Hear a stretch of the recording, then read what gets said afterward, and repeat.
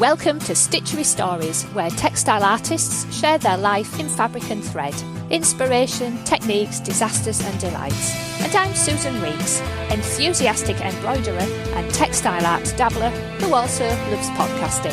So take a break and enjoy our light-hearted chat, and please share with your friends so they can enjoy it too. Hiya, do you teach in-person art and craft classes and workshops? Or do you know someone who does? I'm Susan Weeks, and you know me as the host of this podcast. However, in my business, I am the Crafty Course Profit Booster. And I teach creative people how to create profitable online on-demand versions of their popular in-person art and craft classes. Yes, even if they are worried by the techie stuff. So if you would love more profit and less stress from teaching what you love, then I am creating a range of unique resources and courses for you.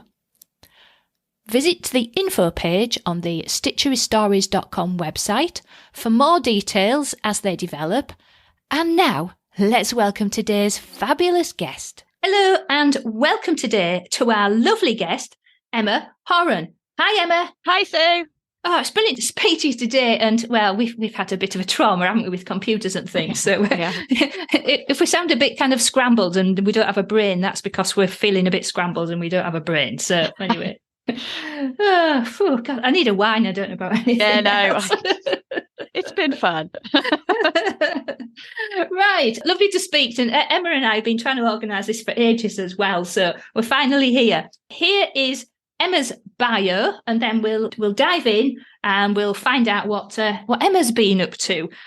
Emma Horan. I create bright and modern cross-stitch kits and mindful colouring designs, mostly inspired by the coastal scenery of my gorgeous adopted home of Cornwall, where I live with my 6-year-old son Tommy, husband Phil, and former stray black cat called Stoopy. Although very creative when young, I don't have any formal art or textile background and became a cross-stitch designer almost accidentally whilst having to take some time out of my IT recruitment career a decade ago. This rekindled a love for counted cross-stitch, which I then combined with artwork of Cornwall I was creating, and I designed my first St Ives cross-stitch piece. I then posted a picture on Twitter and it snowballed from there. 10 years later, a marriage, a child, and 60 designs later, I am still lucky enough to do this for an actual living from my studio and shop in St Austell town. As a designer, I love to create counted cross-stitch pieces that you want to show off and put on your wall, but also as a fellow stitcher, I really hope to create kits that are enjoyable and relaxing to make, and also that create a sense of calm, not only in the process of stitching, but in the picture that is unfolding. Oh, what a lovely sentiment at the end there, Emma. I really like that. And that comes across very strongly in your work and the posts and things that you make as well, that calm and let's enjoy the process as well as the finished item. Brilliant. Quick reminder, everybody, Emma's links and some of a section of her images will be on her episode of stitcherystories.com. And, well, guess what, everybody, where I found Emma? Yes, on Instagram. So is that the best place to keep up to date with you, Emma? Yeah, it's the one I prefer, I think. I mean, I'm on social media, so I'm on Facebook as well. But yeah, I prefer posting on Instagram. I do tend to post more, I think, on Instagram than I do on Facebook, although I think I've got more followers over there. But I prefer the format of Instagram, really, I think. Yeah, I think you're not alone in that desire there. Right, so we all know where to go and find Emma. And if Emma is new to your world, then as ever, do pop over, say hello and tell her that you found her through Stitchery Stories, because we always like to know how people found us, because it can be quite fascinating as well, can't it? Yeah, cool. Absolutely. Before we dive down into your story, and obviously there's a few little teasers in that bio already, would you like to share with us what you're working on and what's got you excited? Oh, it's quite exciting at the moment, actually, because there's quite a few designs which are all sort of getting to the final stage, which, obviously as a designer, you do things over months. But at the moment, weirdly, a lot of stuff's sort of coming out before summer. So it's quite exciting. But at the moment, the next thing is it's called Flowers in the Bay. So it's a view of Mother Ivy's Bay from the coast path, looking to Padstow Lifeboat Station. So it's a lot of flowers and beaches at the moment. That's kind of really, I mean, I've done a lot of harbours, but now it's kind of quite a big focus on beaches and flowers. So beaches and flowers. Oh, well, the thing is, though, here we are now at the start of spring, and Whoopee, yes, I think that fits in quite nicely, doesn't it? Beaches and flowers. Yeah, I'll get everybody all excited about the thing. And you just mentioned there about, kind of getting ready for summer. Obviously, St Austell, St Ives, etc., very popular tourist destinations. Do you find a big spike in the summer then of, shop visitors and people buying your stuff?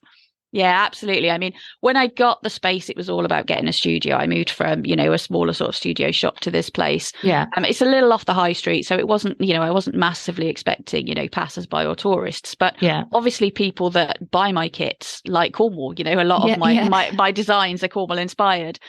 So if they find me on Amazon or wherever they find me, they then follow me on socials. And strangely, sort of the first time that there was, a half term or a holiday break, all these people were turning up to see me, that follow me and were really happy and excited to be in my shop and, cross stitch, because, there isn't many, cross stitch shops and things like that. So I think people get quite excited to come in, a sort of specialist shop that's their interest and meet a designer. And it's brilliant. I love it.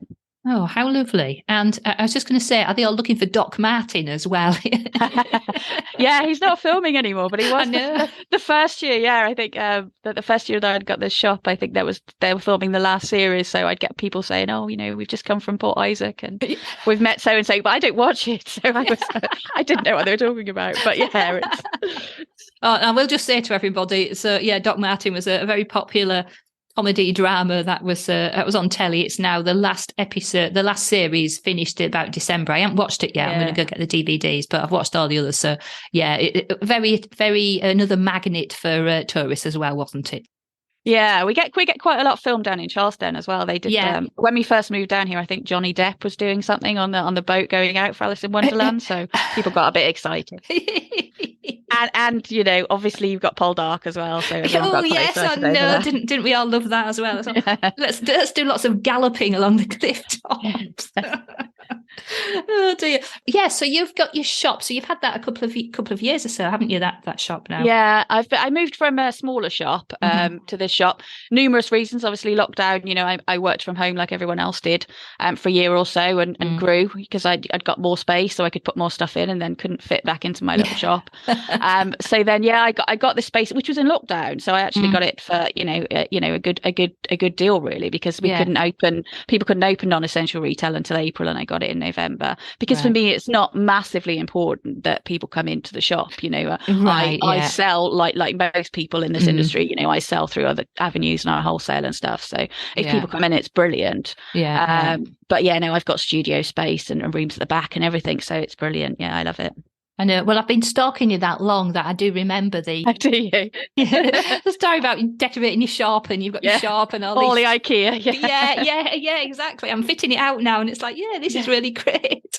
Oh, brilliant. So everybody, don't ever be worried about showing the behind the scenes and the what people are doing and all the rest of it. Yeah, I have been following Emma that long. I know all about her shop refit, etc. as well. So, oh God, that sounds scary, doesn't it? No, it's lovely though. It's quite. You forget though, don't you, that people stitch your kits and that see you on social media. So people will come in and they'll start chatting to me like they know me and how's Tommy and all this stuff. And it's lovely, but also a little bit overwhelming sometimes.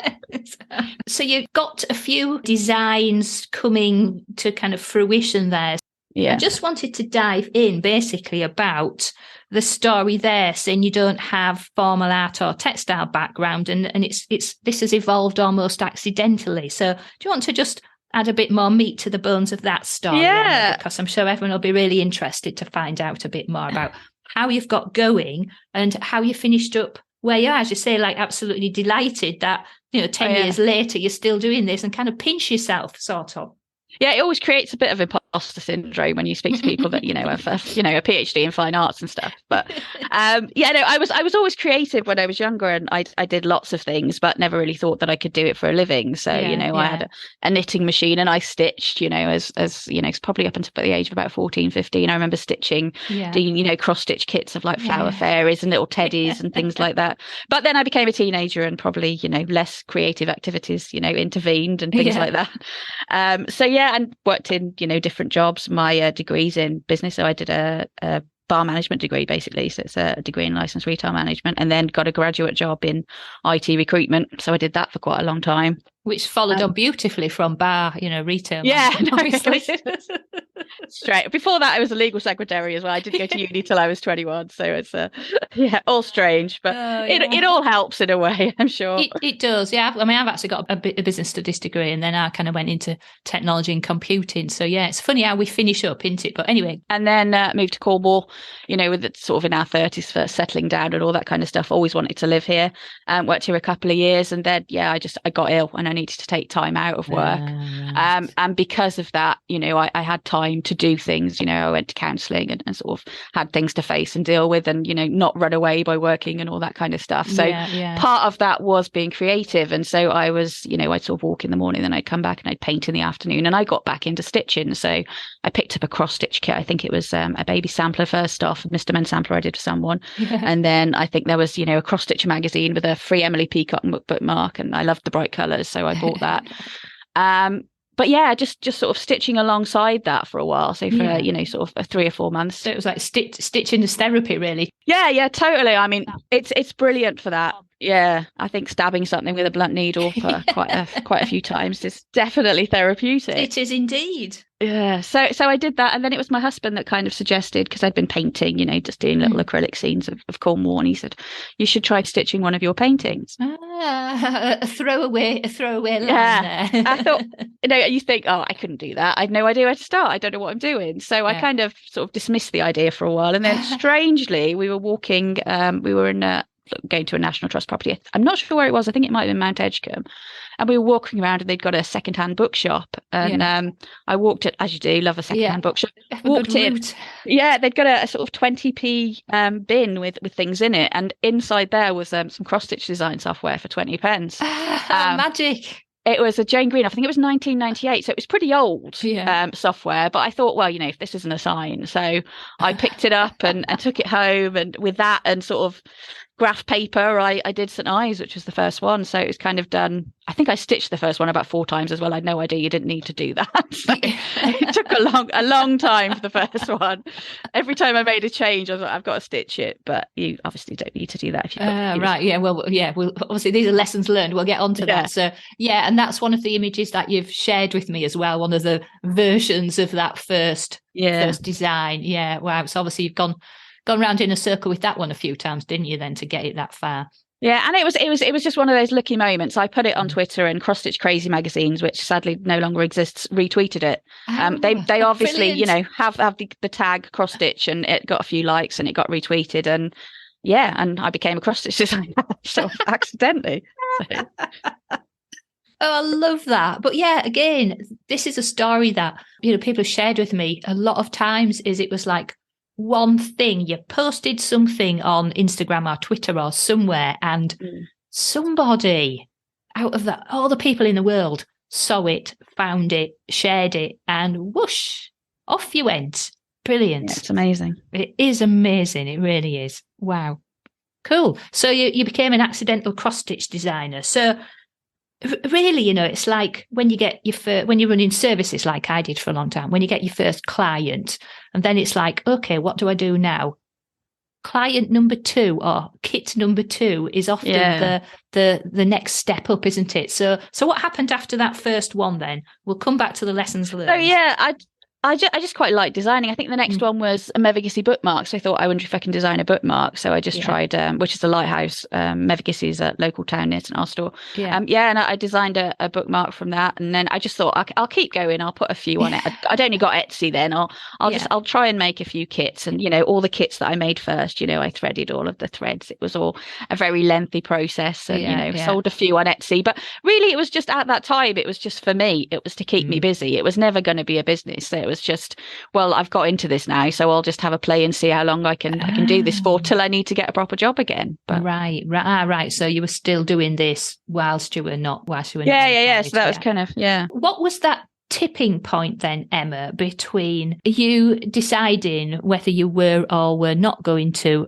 go back to work, or you were going to carry on and see how you could make this into, an alternative? I'm not sure I've decided yet.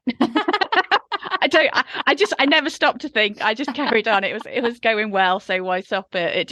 It continued to just get better, so I didn't really question it. Now, I suppose when I got my first little shop, I thought, this is it. I'm going to try this. Yeah. But we were also, trying for a child by then. So then, obviously, Tommy came along when, and that was 6 years ago. So I think the last couple of years, I've obviously done a lot more. But then, you can, because being a mum, looking after a 3 or 4 year old is, a lot more time consuming than a child that's at school. So I think just the extra time really means that I've had more time to do stuff. Right. Okay. So surely you're not thinking, I'll go back into IT recruitment. No, not a chance now. I'm done now. I'd be gutted if people start buying my kits now. It all ended tomorrow. I'd have to try and think of something else. I don't know. I know. If you're anything like me, I feel as if I've almost made myself unemployable. I mean, it's 20 years ago in November since I walked away from my corporate career. So, it's just like, no, so come on, you're nearly 58. Nobody'd want you now anyway. Do you know what I mean? So I've got to make this work. Yeah, I don't think I could get back in. I wouldn't work for, I'd have to work for myself, I think, if I got into IT recruitment again. But all my contacts are, 20 years old now, so it probably wouldn't be worth anything. Absolutely. Right, fabulous. So that's basically how you got going. What would you say then, Emma, has been the process? Can we dive in? Because, I like the nosy details. Can we dive into then the process that you go through, that you've evolved, obviously, that you now go through when you are taking a design through to it's now in a bag with all its threads and it's now ready for sale? What's that process? Do you mind chatting through with us all? I love when people come in the shop and they want to know, because then they end up here for an hour just thinking, can I go yet? So it's for a large kit, it's probably about sort of 5 or 6 months from initial sort of artwork and design in my head and creating that through to actual kit release. So it's normally quite a long process, but I normally have more than one on the go at one time. So I have different things in different stages all the time. So something that I'm designing on my screen, I'll be designing something on my iPad or drawing something, or there's something's will be out being test stitched. So there's always different things going on. So you've got very much a production line, because obviously I worked at Nissan, so I'm into production lines. So go on. So you've got a production line going then of things at different stages of progress. Do you want to chat through with us what the process is if we take one design, what the process is from taking that design through to it being ready for sale? What happens there? Okay, so I normally get a photograph of a scene that I like, if it's scene related, if it's a Cornwall one, and I visit the spot obviously and take a number of pictures, and then I normally collate those pictures into the artwork. So obviously sometimes it's a picture of St Ives, but I want to put a different boat in, and I want to take the people out, and make it more sort of look like a piece of artwork. So and then I normally obviously decide on a number of colors, if it's going to be a big kit or a small kit. That also factors into the artwork, so then I know I can use, if it's a larger kit, I can use 30 odd colors, or if it's a smaller kit, I normally try and keep it to about 15-20 colors. So you're thinking about, so that's obviously a lesson learned, isn't it? So you're thinking about the number of colors right from the start. So I'm guessing that when you first did that, you never gave that a thought. And then had to deal with the problems afterwards.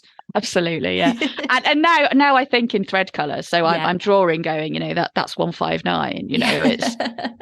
It's all sort of makes it so much easier than it used to be. So I kind of know what I'm doing. And then once that's designed, I then obviously use computer. I've got much better computer software now, which obviously helps me a little bit. But everything's still designed square by square. I don't throw it through software or anything. And obviously all my back stitches drawn in by hand. And so obviously that's the sort of complicated bit of it, trying to make sort of circles into squares and straight lines. Yeah, trying to put a 3D scene into the rigours of it being little squares. I know there is lots of different software out there, isn't there? is it a finishing off point or a starting point, the software for you? No, I use the software for everything. So once the actual thing's been designed on paper or on my iPad, depending on how I do it, I used to acrylic paint all of my designs, but I don't do them all in acrylic now. Sometimes I use marker pens, sometimes I use paint markers, or I can design it on the iPad as well. But then the finished sort of composition goes into the software, and then that's the playing around with it bit. Ah, right. So does that plot it into the grid format? It does, yeah. And it does all the paperwork for me, and it knows how much thread I need. It's brilliant. Oh, that's clever, isn't it? That was another question I was going to ask. Right, excellent. So you put the dimensions in, and then it would be able to work out typically what an average amount of thread would be for those particular areas in those colours, etc. Yeah. Basically, when you put it through the software, it gives you, if you put the size of it, it gives you sort of an outline of composition mainly. It doesn't create the stitch for you, but it makes, there should be a flower here, there should be, a bit of sea here, there should be the boat here. But then you've still got to go in and do all the details and pick your colours yourself and all that kind of thing. Right. Oh, that's really interesting. So I've never used cross-stitch software before. They're really good. You should have a play. Oh, don't set me off on a rabbit hole, for God's sake. I love technology and stuff. Any excuse to have a fiddle with things, and I'm in there, so I might disappear off down that rabbit hole then, Emma. I'm quite intrigued by that now. Speaking to somebody the other day who has some for black work, and they're using their iPad. So that sounded quite fascinating as well. Yeah. Cool. Right. So we get to the point where the software then, so you've got your design now and you know a thread. So then what happens? So then obviously once I've made sure it's charted, so that will chart it for you, make a black and white chart. I will then obviously do a prototype kit. I say do one. I normally do 2 prototype kits, one for me and one for my test stitchers. I've got a group of 5 now, which is brilliant. Ooh. And they stitch for me. So once I've got the prototype and, it'll have my rubbish handwriting all over it saying maybe three strands here, call me. I'm not sure. See how it works. Yeah. So yeah, it's that's kind of the next step. Is it's a prototype kit, and then that goes off to be stitched. And obviously, if there are issues or there's not enough thread or things like that, then we work that out at that stage. But then once that comes back, I then take the photographs of that for the front cover of the kit, design the cover, and then make sure all the charts are right and I've not missed any stitches out or done anything wrong. And then that gets kitted up. So that's where sort of Flowers in the Bay is at the moment. It's been done. It's just in the process of being kitted up, which normally takes a week or 2 just to do all the paperwork and, double check everything. Because the worst thing is, sending something out with a mistake. And then once that's done, it's saved so it can be easily sort of reproduced further down the line. It's just a case of them printing it and assembling everything every time I want to make a new batch of kits, so to speak. All right. So you make them up as well? Yes. Yeah. I do everything. You do everything. So you mentioned that magic word batch there. As a guess, most places you don't really want to be keeping a lot of stock because that's just money tied up, isn't it? There's a fine line, I guess, isn't there, between having stuff readily available and having too much all piled up. Yeah. I mean, I do have to keep quite a bit because I wholesale as well. But the main thing is sort of thread cards. I used to do my own thread cards, but now I get thread cards produced out of house for me. So in order to make that, at least cost effective, nobody's going to make millions being in this business, are they? We love what we do. But but to make it, actually have some money come back from the end, you have to buy in quite sort of a big batch. So I need to do, 100 or 200 batches of thread cards in order to make that sort of normally viable. Right. But I don't tend to make all of the thread cards that come back at one time. I have a cupboard full of thread cards so that the next batch I need to make I can go and you can just get on and do it. Right. Okay. What would you say would be the top 3 kind of lessons learned in the kit producing process? Save things. Yeah, that's burnt me more than once. I've done a batch and then I've come back to do the next batch and realised that I just printed everything off without actually saving the final proof. So then it's the drawing board. So I have one batch that's done and the next batch isn't. So. Oh, crikey! Oh, I can imagine the swearing that went on. Yeah, quite a bit. Oh no. Right, so that's obviously top tip then. Save stuff, and any others that you'd like to share with us there on the kit production side? Mainly, so just things that you sort of learn, I suppose. The more you do things, that the more I make in one go, the easier it is. I used to think, oh, I just make 10 of each, and then that was just, counterproductive, because you're just constantly making. Actually, if you make a big batch, yes, you've got more in stock, but it's just much easier to keep things moving through. But yeah, I think that's probably another one.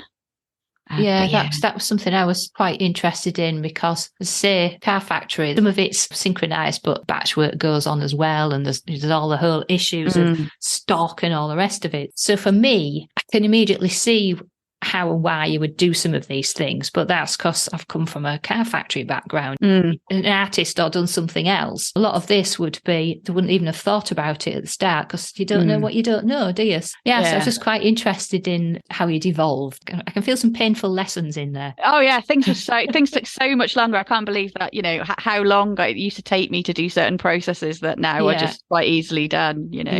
I'd get a big roll of Ada out to cut a couple of pieces, and now if I'm getting that Ada out, there's at least 100 pieces getting cut. Right? Yes, far more effective, isn't it, to do batch production? Brilliant. Right. Okay. So that's where you're at with those kits, and so you said you're now also wholesale. You sell online, and then you're also wholesale as well. So that must have been a big step.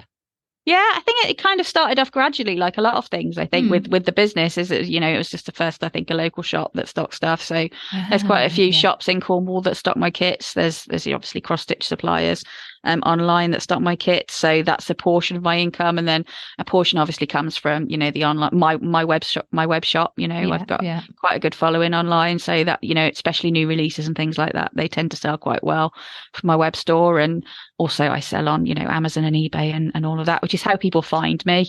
We as much as we get annoyed by the big guys like Amazon, if it wasn't for them, a lot of people wouldn't know who I was. So they find me through typing in Cornwall cross stitch and Amazon, and then they follow me from my website. So no, that's interesting. I wouldn't have thought about that, really. So right, so people are actually in Amazon looking specifically for a certain type of kit. I wouldn't dream of looking in Amazon for something like that. Yeah, no, there's not obviously that many of us doing it, so it's quite lucky in the fact that it is a niche that I don't have to be paying lots of money to Amazon in order to come top. So it's good. Brilliant.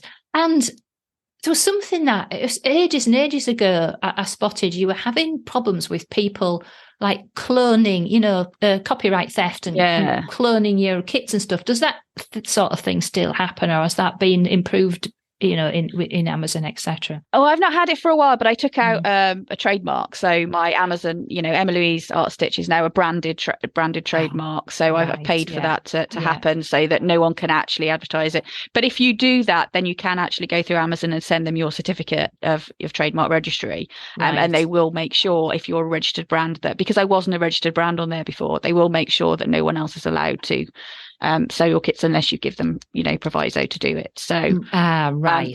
So if I had an issue with, it was a Chinese seller, I'm not actually sure whether they were selling my kits or whether they were just not sending anything, but they were saying they were selling my kits, when obviously I don't ship to China or anything like that. So I mean, it took me ages to get them shut down, because at the time I wasn't a branded registry, and they were answering questions on my listings and all sorts of stuff. We suggest you use a hoop, and I was like, you suggest what? Go away. Yeah, we suggest you just go away. Oh, dearie me. Yeah, I do remember a lot of the hassles, and I've followed other people who've had similar kind of traumas. So the solution there is get yourself trademarked and get yourself set up as like an official brand, even though it costs more. I'm not sure it completely definitely stops it, but I'm not sure it completely definitely stops it, but it gives you some comeback. It's something I think any designer, anyone working as an artist designer has that issue. It's sadly something that we have to put up with, and big companies like Amazon, they don't really care much about little sellers. So as much as that they're good at, they do promote you, they don't care about taking it down if someone else is making the money. So it gets frustrating, to say the least, when your ratings are dropping as well because of it. So this is it, because God knows what's getting sent out, if anything. So that's really bad. I do remember that particular episode. I just wondered whether it was something that's still an ongoing an ongoing issue or not. Hopefully not.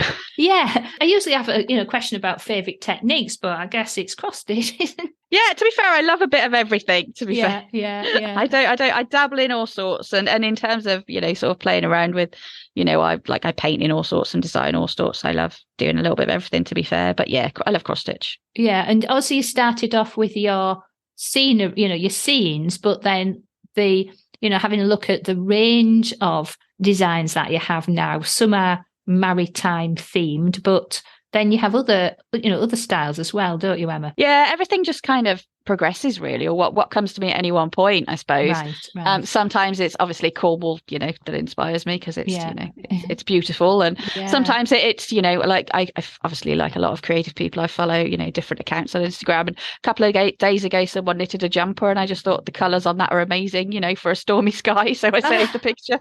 It's just random what triggers, isn't it? It's just amazing what triggers your brain. As you say, you see somebody's knitted thing, you think, oh yeah, that'll do as those colours are perfect for a stormy sky. Excellent. Yeah. Are they all counted cross stitch, where you've got the blank and you've got the chart and you work out where you're putting the stitches? Are they all those style? Yeah, I don't do stamped cross stitch for a number of reasons. I mean, I've tried it. I actually prefer counted cross stitch, and I like that sort of having a blank piece and then sort of creating something on that.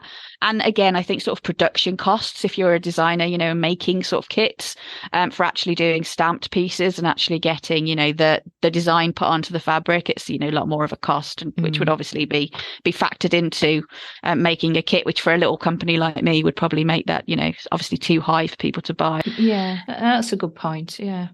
So it keeps it straightforward. As you say, you can get the header out and cut out the pieces, and voila, that's what you need to do with the fabric. Yeah. What would you say then, Emma, in amongst these stories, is there any particular highlight that springs to mind in that 10 years? And then that usually leads into anything that was also a bit of a disaster. So let's look at the highlights.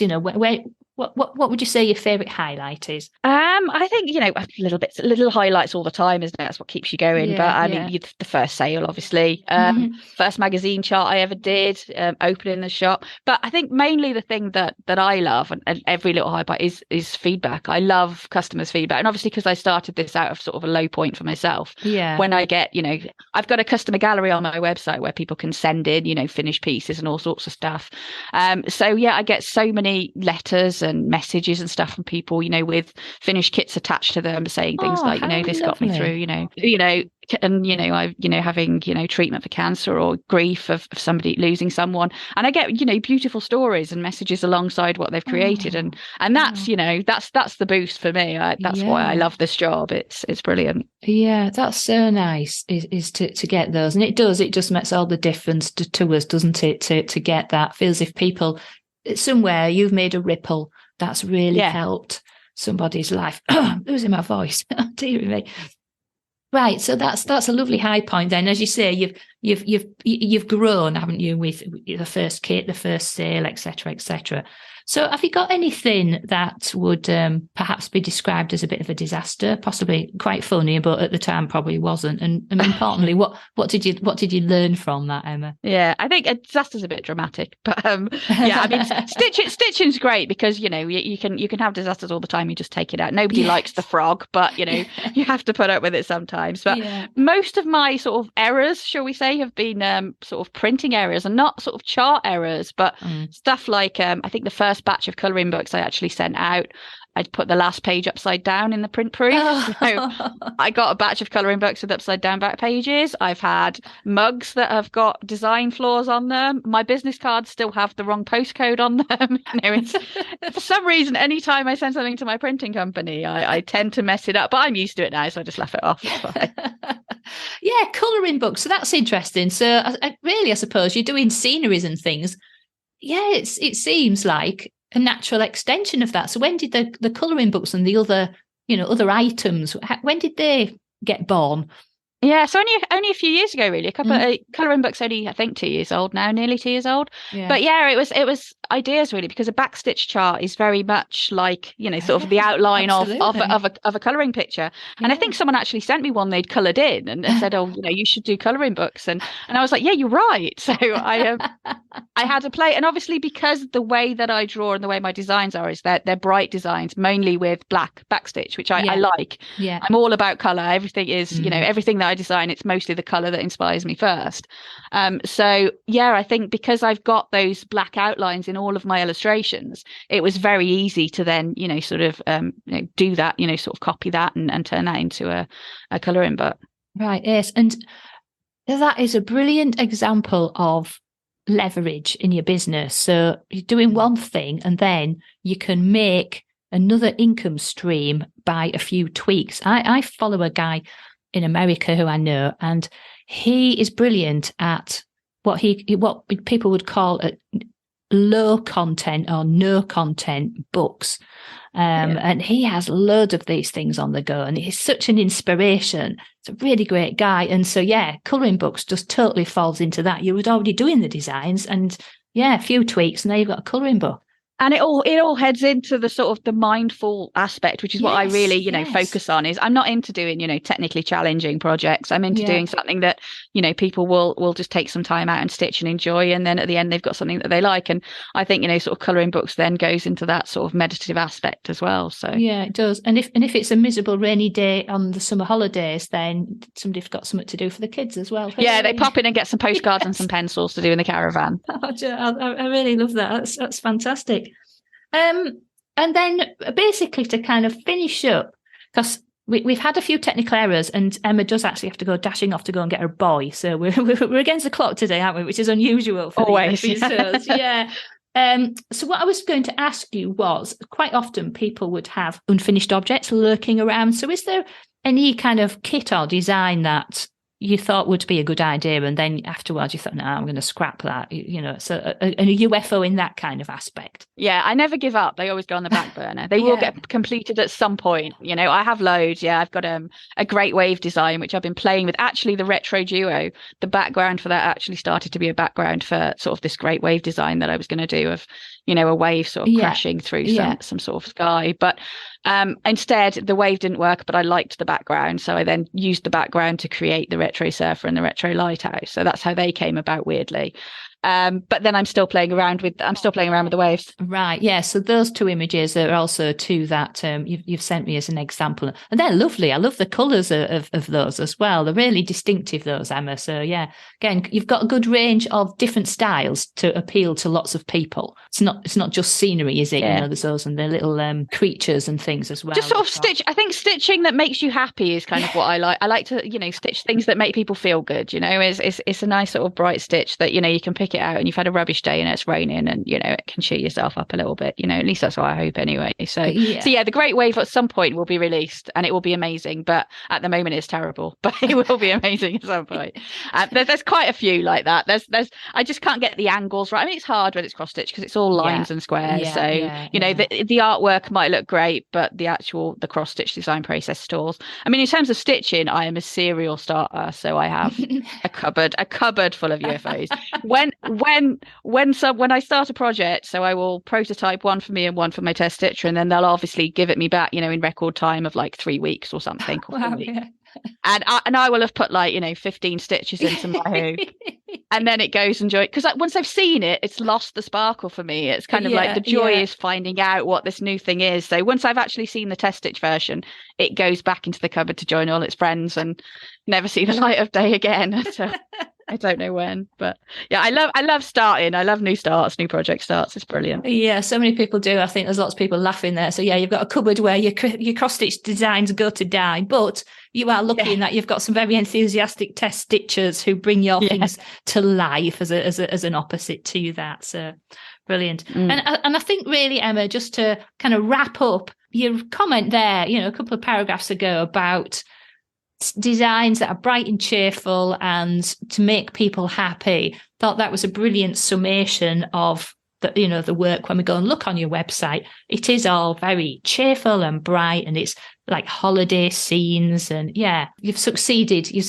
in that. Oh, thank you. And my last question before the school run overtakes us is future plans. What plans and projects have you got? Anything specific that you want us to keep our eye out for, Emma, over the next few months, the rest of the year? Yeah, I've always got loads on the go, but I've got obviously the Mother Ivies is going to be out next Friday, so that'll be the next release. I've got 2 more. I've got a turtle and an octopus to join my abstract quartet, which I think I gave you a picture of. Yes. I've got an agapanthus pink sunset. Oh, that sounds lovely. Yeah, I've been watching loads of Instagram surfer reels of like really stylized backgrounds where they've turned up the pink, and oversaturated the picture. It looks amazing. So I thought I'm going to put one of those skies in. So that's where that came from.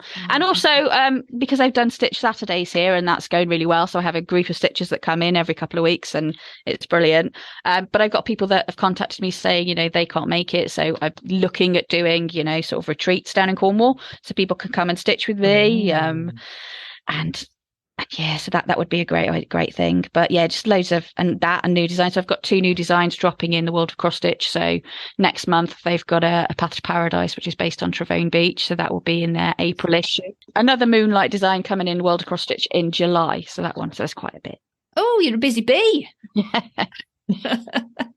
Right, Emma, it's been absolutely fantastic speaking to you, and I will let you go rushing off now for the Yes, thank you, Sue. And it's just been really brilliant speaking to you. So thank you so much, Emma. Everybody, if you go and follow her, tell her where you found her. And thank you so much for sharing your story with us, Emma. Much appreciated. Thanks, Susan. Thanks for inviting me. If you enjoyed this episode and want to hear more, then please join the Stitchery Stories fan club so you can get an email when a new episode is released. It's a quick and easy way of listening and of keeping up with any news and information around this podcast. Please visit stitcherystories.com. Of course, you can listen to Stitchery Stories on plenty of podcast apps at Apple Podcasts, Google Podcasts, Spotify, and plenty more besides. You can also ask your smart speaker to play Stitchery Stories podcast too. But wherever you listen, why not leave us a rating and a review to encourage other people to listen too? I very much appreciate you taking the time to do that for me. So that is the end of our Stitchery story for today. Keep stitching, keep smiling, and keep creating your very own Stitchery Stories.